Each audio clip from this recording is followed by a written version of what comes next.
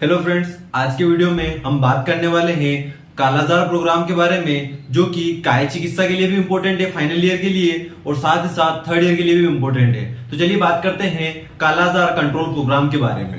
तो यहाँ पर छोटा सा प्रोग्राम है, ज्यादा बड़ा नहीं है, कालाजार कंट्रोल प्रोग्राम। तो इसके अंदर सबसे पहले आपको लिखना है कि ये होता किससे है। तो कोज बाय जीनस लेशमानिया, ठीक है। ये एक तरह का एक प्रोटोजोल पैरासाइट होता है, जीनस लेशमानिया, उसी की वजह से क्या होता है, कालाजार होता है।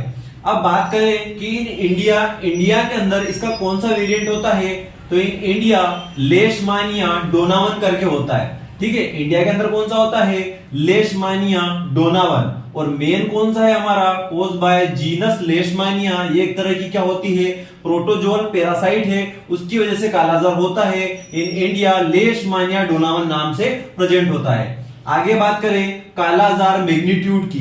मैग्नीट्यूड का मतलब होता है आकार, कि आखिरकार कालाजार कहां कहां तक फैला हुआ है, कहां कहां तक इसको रिकॉर्ड किया गया है, उसके बारे में बात करते हैं। तो यहां पर मेनली आपको दो ही चीजें लिखना है, 33 डिस्ट्रिक्ट्स ऑफ बिहार और 10 डिस्ट्रिक्ट्स ऑफ वेस्ट बंगाल। ये दो ही चीजें लिखना है आपको, कि 33 डिस्ट्रिक्ट कहां की, बिहार की, और 10 डिस्ट्रिक्ट कहां की, वेस्ट बंगाल की। तो बी याद रखना है, यहां पर भी बी से बिहार और बी से बंगाल, तो दो याद रखना है आपको, बिहार और बंगाल। आगे देखिए लॉन्च कब लॉन्च हुआ, तो 1990 से 91 के अंदर ये लॉन्च किया गया। सेकेंड चीज, merge with national vector borne disease control programme in 2003-2004। तो 2003-2004 के अंदर इसको क्या किया गया, national vector borne disease control programme के अंदर मर्ज कर दिया गया। अब दोस्तों ये क्या चीज है, तो स्वस्थ रथ के अंदर आपको बता देना चाहता हूं क्या होता है, national vector borne disease control programme के अंदर 3 डिजीज को मर्ज किया गया है, मलेरिया, फाइलेरिया और कालाजार। किस किस को मर्ज किया गया है, मलेरिया, फाइलेरिया और कालाजार। तो यहां पर जो हमारा कालाजार है उसको इसके अंदर कब मर्ज किया गया, 2003 और 2004 के अंदर, और आया कब, 1990 और 91 के अंदर। आगे बात करें साइन और सिम्टम। अब जो कालाजार एक डिजीज है, इसके अंदर साइन और सिम्टम क्या देखने को मिलेंगे, तो सबसे पहला देखने को मिलता है रिकरेंट फीवर, जो किस प्रकार के नेचर का होता है, इंटरमिटेंट नेचर का होता है। अब इंटरमिटेंट का मतलब क्या दोस्तों, जब फीवर क्या होता है, एक बार आता है और कुछ समय तक व्यक्ति ठीक हो जाता है और वापस से उसको फीवर आ जाता है, तो उसको बोला जाता है intermittent nature of the fever, ठीक है। तो यहां पर रिकरेंट फीवर देखने को मिलेगा और इंटरमिटेंट नेचर का मिलेगा, मींस एक बार फीवर आने के बाद वो ठीक हो जाएगा और कुछ समय पश्चात वापस से फीवर देखने को मिल सकता है, ठीक है। तो पहली चीज तो ये। सेकंड देखने को मिलेगा यहाँ पर स्प्लीनोमेगाली, मींस स्प्लीन का इनलार्ज हो जाना। नेक्स्ट देखिए यहाँ पर थर्ड वन देखने को मिलेगा हिपेटोमेगाली। हिपेटोमेगाली का मतलब होता है इनलार्जमेंट ऑफ द लीवर। तो यहाँ क्या देखने को मिलेगा हमको, हिपेटोमेगाली देखने को मिलेगा, स्प्लीनोमेगाली देखने को मिलेगा, रिकरेंट फीवर देखने को मिलेगा। नेक्स्ट देखिए लॉस ऑफ एपेटाइट देखने को मिलेगा और वेट लॉस देखने को मिलेगा। तो ये क्यों हो रहा है, देखिए हमारा जितना भी पूरी बॉडी का जो मेटाबॉलिज्म होता है वो पूरा लीवर कंट्रोल करता है। तो लीवर के अंदर ऑलरेडी यहाँ पर क्या हो चुकी है, एब्नॉर्मलिटी हो चुकी है।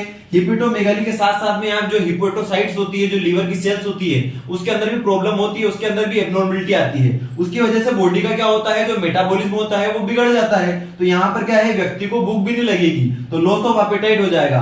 अब भूख नहीं लग रही है तो क्या होगा, उससे वेट लॉस होने लग जाएगा। तो इस तरह से समझ लीजिए कि लीवर खराब हुआ, लीवर खराब होने से क्या होगा, मेटाबॉलिज्म बिगड़ जाएगा, तो लॉस ऑफ एपेटाइट, और उससे क्या हो जाएगा, वेट लॉस हो जाएगा। नेक्स्ट देखिए यहाँ पर क्या होता है, जो हमारा लीवर होता है वो ब्लड फॉर्मेशन करने में या कुछ हद तक ब्लड के अंदर भी काफी महत्वपूर्ण भूमिका निभाता है। तो यदि यहाँ पर लीवर के अंदर प्रॉब्लम आएगी तो जो आरबीसी है उसके अंदर भी प्रॉब्लम होगी, उसका भी डिस्ट्रक्शन ज्यादा होगा, तो यहाँ पर एनीमिया भी देखने को मिलेगा। और साथ ही साथ हमको क्या देखने को मिलेगा, डिसकलरेशन ऑफ द स्किन भी देखने को मिलेगा। तो क्या क्या देखने को मिल रहा है, रिकरेंट फीवर जो कि इंटरमिटेंट नेचर का है, स्प्लीनोमेगाली, हिपेटोमेगाली, इससे मेटाबॉलिज्म चेंज हुआ तो लॉस ऑफ एपेटाइट, उसकी वजह से वेट लॉस हो गया।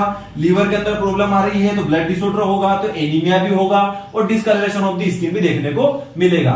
Next is most important, also called black fever. तो कभी कभी ऑब्जेक्टिव पूछ लिया जाता है कि ब्लैक फीवर किसके लिए बोला गया है, तो कालाजार के लिए बोला गया है, तो इसको also called black fever, black fever भी इसको बोला जाता है।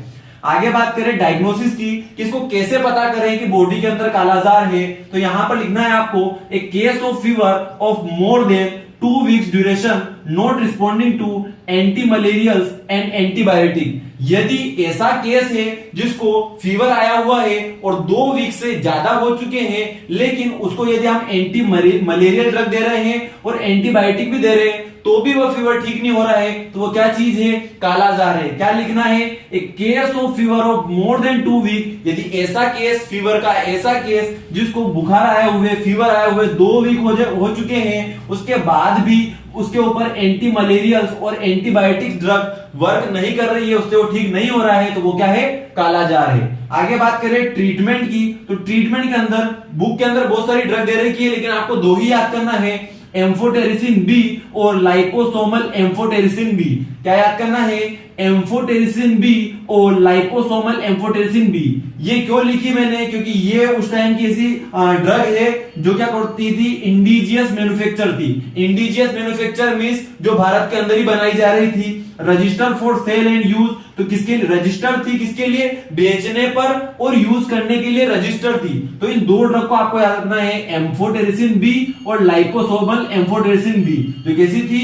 इंडिजियस मैन्युफैक्चरिंग मींस भारत के अंदर ही इसको बनाया जा रहा था, और रजिस्टर थी किसके लिए? सेल और यूज के लिए। आगे बात करें कि आखिरकार ये जो पूरा प्रोग्राम हम पढ़ रहे हैं, इसका क्या एम था, क्यों इसको लाया गया है, किस तरह से इसको हम कालाजार कंट्रोल को कैसे कर रहे थे, कालाजार को कंट्रोल, तो उसके लिए क्या एम थे इस प्रोग्राम के, तो उसके बारे में समझते हैं। तो यहां पर सबसे पहला था आईईसी। तो इसके लिए तो मैं सभी प्रोग्राम के अंदर बोल रहा हूं, ये वर्ड तो आपको हर जगह लिखना है, इंफॉर्मेशन, एजुकेशन एंड कम्युनिकेशन, ये सभी जगह आएगा। आपको लिखना है आईईसी, इंफॉर्मेशन देना, लोगों को एजुकेट करना और कम्युनिकेशन करना। सेकंड देखिए कैपेसिटी बिल्डिंग। कैपेसिटी बिल्डिंग का मतलब क्या होता है?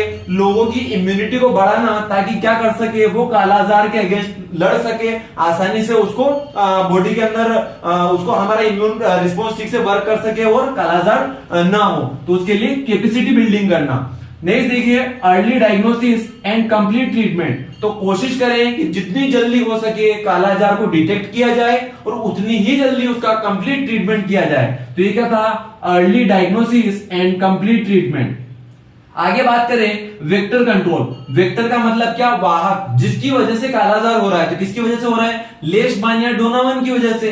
तो इसको तो खत्म करना ही होगा, तो उसका कंट्रोल कैसे किया जाए? उसको बोला जाता है वेक्टर कंट्रोल। तो वेक्टर कंट्रोल के अंदर लिखना है insecticidal residual spray with DDT up to 6 feet height from ground twice annually. तो ये मोस्ट इंपोर्टेंट आपको ध्यान रखना है, यहां पर IRS याद करना है, इंसेक्टिसाइडल रेजिडुअल स्प्रे या फिर इंडोर रेजिडुअल स्प्रे, जो किसके साथ छिड़का जा रहा था? डीडीटी के साथ छिड़का जा रहा था, जिसको मलेरिया के अंदर भी अपन यूज करते हैं डीडीटी को। तो ये क्या किया जाता? IRS स्प्रे जो है उसका क्या किया जा रहा था? स्प्रे किया जा रहा था विद डीडीटी। कहां से? ग्राउंड लेवल से 6 फीट से ऊपर से यहां पर क्या किया जा रहा था? इसका स्प्रे किया जा रहा था साल में 2 बार। तो ये इसका किस तरह से हम वेक्टर कंट्रोल कर सकते हैं। तो ये निम्नलिखित चीजें आपको लिखना है।